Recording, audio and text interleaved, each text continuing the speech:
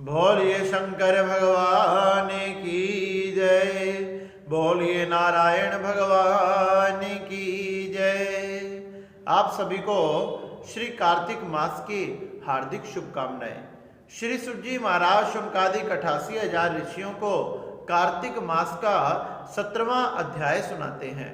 श्री सुजी महाराज शौनकादिक 88,000 ऋषियों से कहने लगे कि इस प्रकार से जलंधर ने कैलाश पर्वत पर आक्रमण कर दिया, और कैलाश पर्वत पर आक्रमण जब किया तो भगवान शंकर तथा जलंधर की सेना के बीच में युद्ध होने लगा।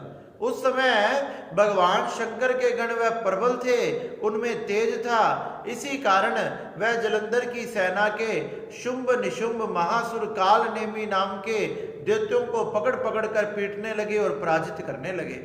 उनके दैत्य जब पराजित होने लगे, रण छोड़कर भागने लगे, उनकी सेना जब भागने लगी, उसी समय समुद्र पुत्र जलंधर ने देखा कि मेरी सेना भाग रही है। वह एक रथ पर सवार हुआ जिसमें लंबी पातका लगी हुई थी, लंबी ध्वजा लगी हुई थी, लहरा रही थी, और वो करते करते युद्ध के बीच में आकर स्थित हो गया।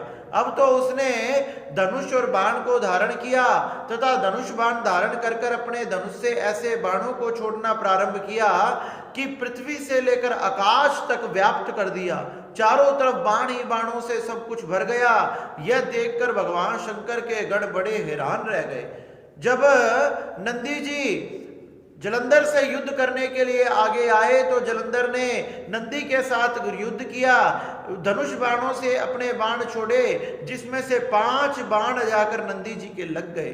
फिर गणेश जी आए तो गणेश जी के भी 5 बाण लग गए। फिर भागा भागा वीरभद्र आया। जब वीरभद्र के 20 बाण मारकर उसके शरीर को छेद दिया। जब रुद्रपुत्र भगवान श्री कार्तिकेय ने देखा कि समुद्र पुत्र जलंधर ने हमारी सेना को ध्वस्त कर रहा है, नंदी गण आदि को सभी को छेदन कर दिया, तो उसे बड़ा क्रोध आया। उसने अपनी शक्ति का प्रहार जलंधर पर किया, और जैसे ही जलंधर पर शक्ति का प्रहार किया वो रथ से नीचे गिर पड़ा। रथ से नीचे गिर पड़ा, लेकिन कुछ ही समय में फिर से खड़ा हो गया, क्योंकि उसमें भगवान शंकर का तेज था, और कार्तिकेय के साथ युद्ध करने लगा।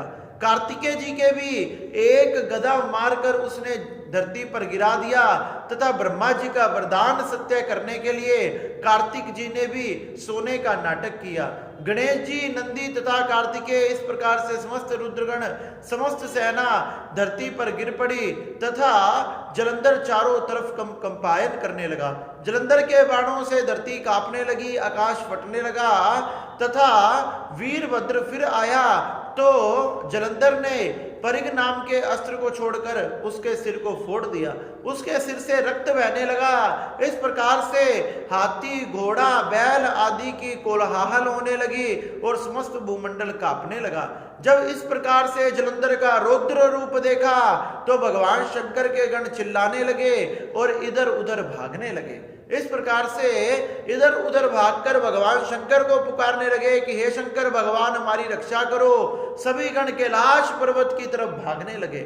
इस प्रकार से श्री सुजी महाराज ने शौनकादिक 88,000 ऋषियों को बताया कि जलंधर ने इतना रुद्र रूप धारण कर लिया कि भगवान श्री गणेश, कार्तिकेय, नंदी, वीरभद्र आदि भगवान के प्रमुख गण भी घायल हो गए। इस प्रकार से भगवान श्री शंकर की तथा जलंधर की कथा को श्री सुजी महाराज ने सुनाया। बोलिए शंकर भगवान की जय। बोलिए नारायण भगवान की